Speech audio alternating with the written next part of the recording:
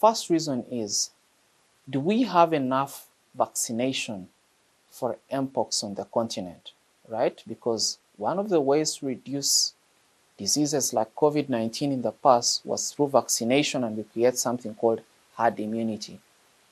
As we speak today, we still face the challenge of vaccine inequity.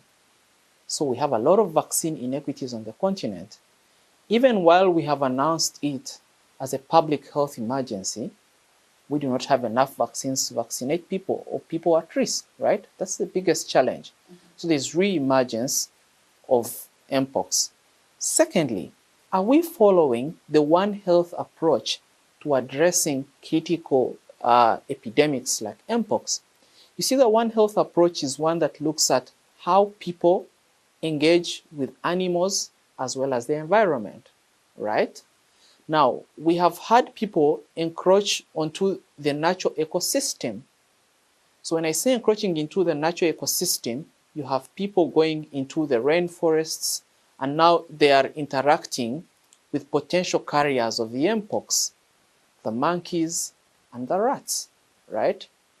So it literally means that we need to employ a One Health approach that looks at both human, environment, and animal health.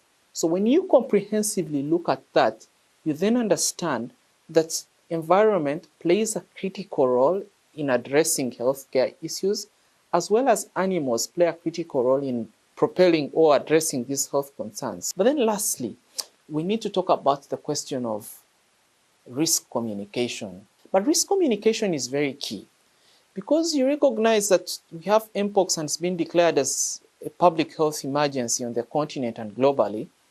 But when you go through the internet and everything, there's a lot of mis and disinformation regarding what mpox looks like, right? No one seemingly believes that mpox is actually an emergency, right? And you will have people who will be against the mpox vaccine like they've been against the previous vaccines like COVID, right? So we now need to employ a mechanism to address the mis and disinformation regarding emergencies, but also regarding vaccination as a whole. The misinformation does not stop there. We need to create trust in the system. Most Africans do not trust that their governments can actually deliver a good public health response to an epidemic like mpox, right?